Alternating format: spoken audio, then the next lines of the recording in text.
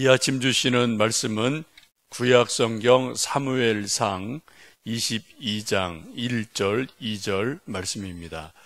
그러므로 다윗이 그곳을 떠나 아둘람 굴로 도망하매 그의 형제와 아버지의 온 집이 듣고 그리로 내려가서 그에게 이르렀고, 환난 당한 모든 자와 빚진 모든 자와 마음이 원통한 자가 다 그리로 모였고, 그는 그들의 우두머리가 되었는데 그와 함께한 자가 400명 가량이었더라.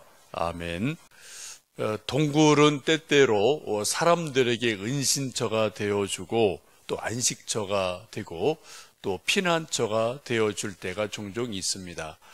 영화를 보시면 무인도에 난파한 사람들이 어떤 자연 동굴을 찾아서 그곳에 안식하면서 또 눈도 피하고 비도 피하고 맹수도 피하고 이런 일들이 영화 가운데 종종 있는 것을 볼 수 있습니다.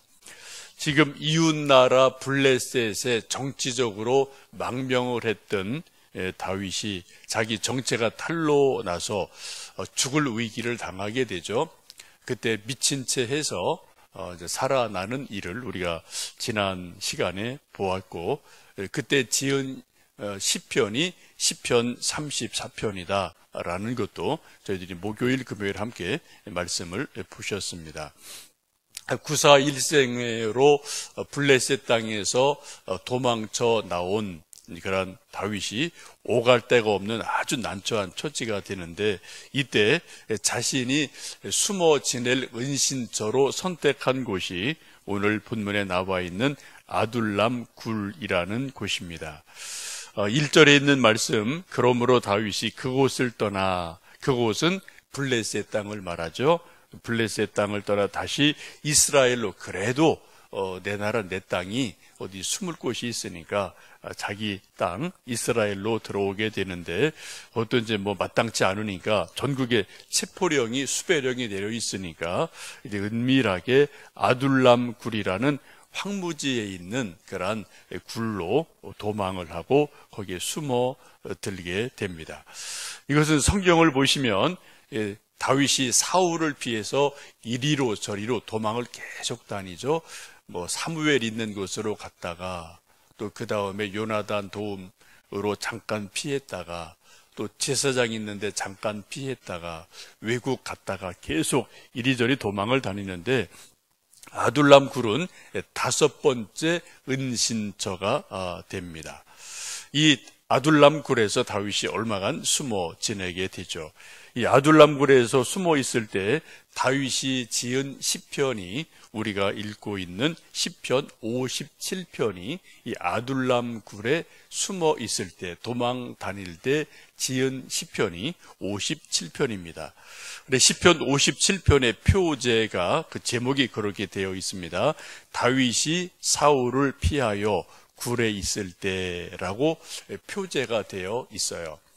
여러분, 참 묘한 것은 우리가 즐겨 읽고 공감하고 기도하는 많은 시편이 대부분 다윗이 지은 것인데, 다윗이 지은 시편이 평안할 때 지은 시편도 있지만 대부분은 고난 당할 때, 죽을 위기에 있을 때, 또 이처럼 동굴로 도망갔을 때, 우리가 또 지난번 본 것처럼 34편은 블레셋으로 도망가서 죽을 뻔했을 때, 그때 지은 시편들이 대부분 다윗의 시편으로 기록이 되어 있고, 그리고 지금 저희들이 수천 년 지난 지금 저희들이 읽어도 공감이 되고 눈물이 나고 이렇게 좀 고개가 끄덕여지는 일들이 참 많습니다.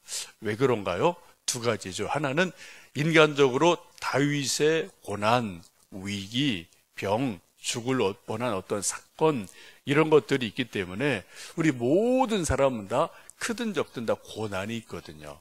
고난에는 같이 공감하는 부분이 있기 때문에 그렇습니다. 또 하나는 하나님께서 다윗에게 특별한 영감을 주시고 성령께서 그에게 기도를 시키신 것이기 때문에 세월이 3000년 정도 지났어도 역시 하나님의 말씀은 살아있는 말씀이어서 우리가 지금 현대인이 읽어도 하나님의 감동하신 성경이기 때문에 우리 마음에 동감이 되고 같이 감동이 되는 부분들이 있습니다.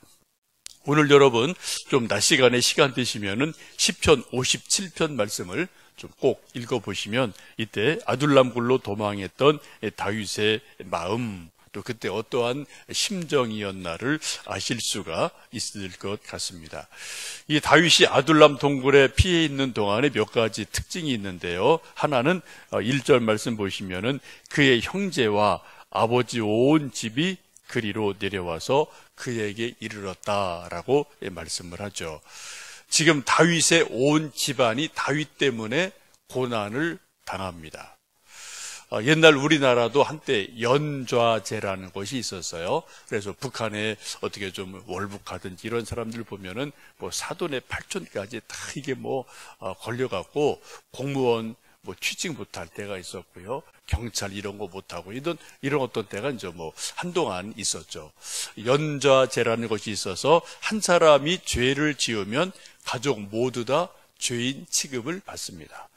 조선시대는 누구 한 사람이 반역을 꾀하면은 삼족을 멸하죠. 그래서 하여튼 다 주변의 사람들이 다 죽는 그러한 일들이 있습니다.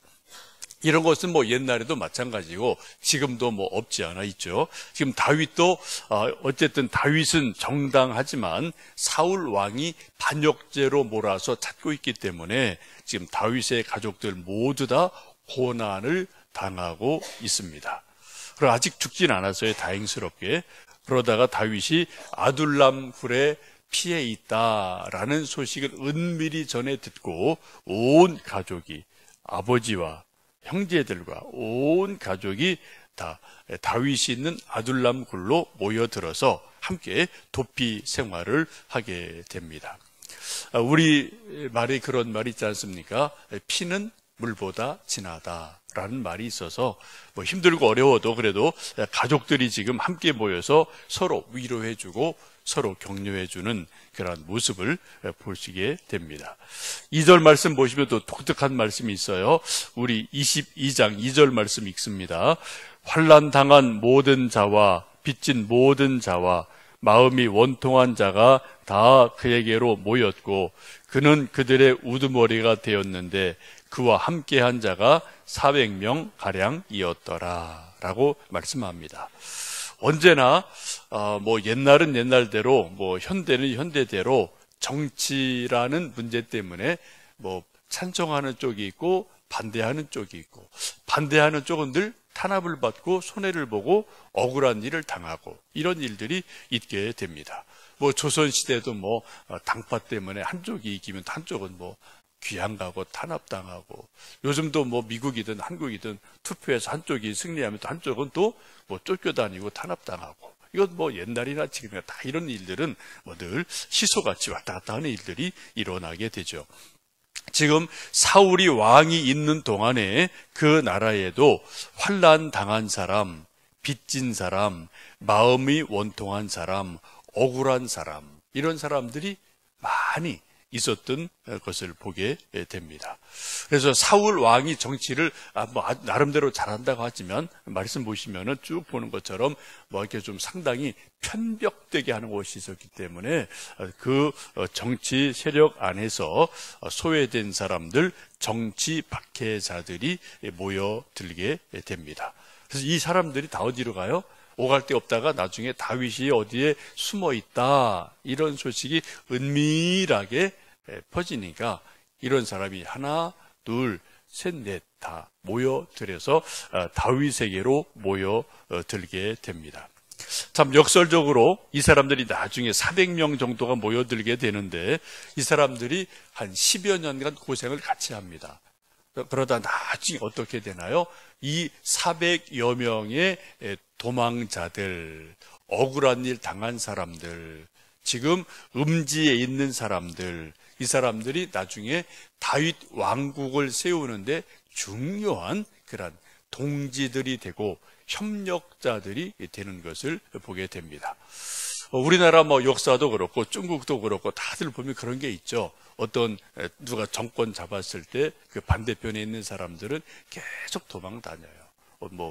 동굴에 있고 모태똥도 뭐 그런 시절이 있었고 다 그런 게 있지 않습니까? 그러다가 다시 또 역전이 돼서 한쪽이 이기고 또 한쪽이 또 쫓겨다니고 이런 일들이 있게 되는데, 이때 400여 명의 소외자들, 억울한 일 당한 사람들, 원통한 사람들, 이런 사람들이 다윗을 중심으로 모여들게 되고 같이 힘든 시간을 견뎌내고 또 마침내 다윗 왕국을 세우는 그런 주인공들이 되는 것을 보게 됩니다. 혹시 여러분 또 인생을 살다 보시면 우리가 다윗같이 힘들고 어려운 시간들이 누구나 다 있게 마련이죠. 그럼에도 불구하고 그때 함께 모여서 기도하고 또 함께 서로 위로해주고 격려해주면 또 언젠가는 또 좋은 일이 분명히 있을 겁니다. 우리 속담에 그런 말 있지 않습니까? 쥐구멍에도 벼뜰 날이 있다. 뭐 있는 거예요. 근데 지금 이 사람들은 지금 계속 동굴로, 굴 속으로, 음지로 계속 도망가겠지만 나중에 한 10여 년이 지나고 나서는 또 이제 왕이 되고 또 어떤 중요한 또 인물들이 되는 일들이 일어나게 되죠. 이 사람들의 이제 또 하나 특징이 있다면은 이제 아둘람 공동체라고 이 사람들을 말할 수 있는데요.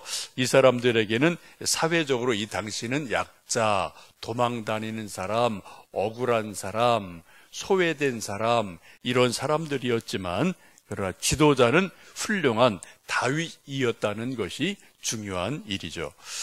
지금이나 옛날이나 뭐 크고 작은 모임이 뭐 정치, 경제, 또 뭐 회사, 교회, 집, 뭐 어디 동아리, 다 어떤 모임이 크고 작고 다 많이 있는데 중요한 것은 구성원들도 참 중요합니다만 지도자는 더 중요합니다.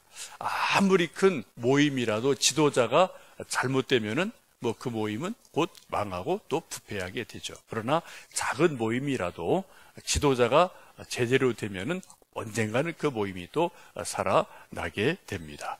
지금 이 모임의 구성원들은 상당히 힘든 사람들이에요. 다 도망자들이고 소외된 사람들이지만 다행인 것은 하나님이 기름 부어 세우신 다윗이 이 모임의 지도자가 되었다라는 거죠. 그래서 소망이 있고 마침내 10여 년 지난 후에는 다윗 왕국을 세우는 그런 동지들이 되는 것을 볼 수 있습니다.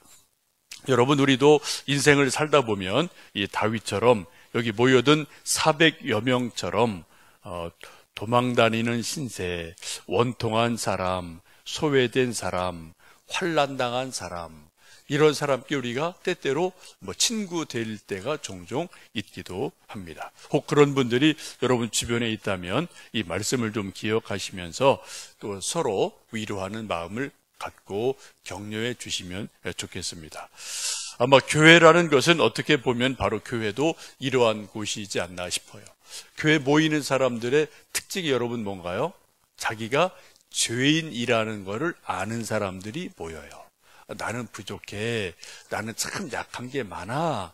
나는 죄가 많아. 이런 것을 고백하는 사람들이 모이는 곳이 교회입니다. 그렇죠? 사도 바울의 말씀을 보시면 사도 바울이 뭐라고 말씀하나요? 나는 죄인 중에 괴수다 라는 말씀을 하고 고백을 하죠. 저도 죄인인 것을 고백하기에 이 자리에 있고 여러분 우리 모두 다 죄인이기에 주님 앞에 나와서 머리를 숙이곤 합니다. 여러분, 우리가 인생을 살다 보면 이 아둘람 굴에 도피한 것처럼 때때로 도망 다닐 때 있고 은신처가 필요할 때 있겠지만 우리 가장 좋은 은신처는 바로 예수님이시고요. 예수님은 우리의 피난처가 되시는 것을 말씀 통해 보게 되죠. 다윗이 지은 시편을 보면 그런 고백이 많잖아요. 하나님은 나의 은신처가 되십니다. 나의 반석이 되십니다. 그런 고백이 많은데 바로 이런 배경에서 그런 고백을 하게 됩니다.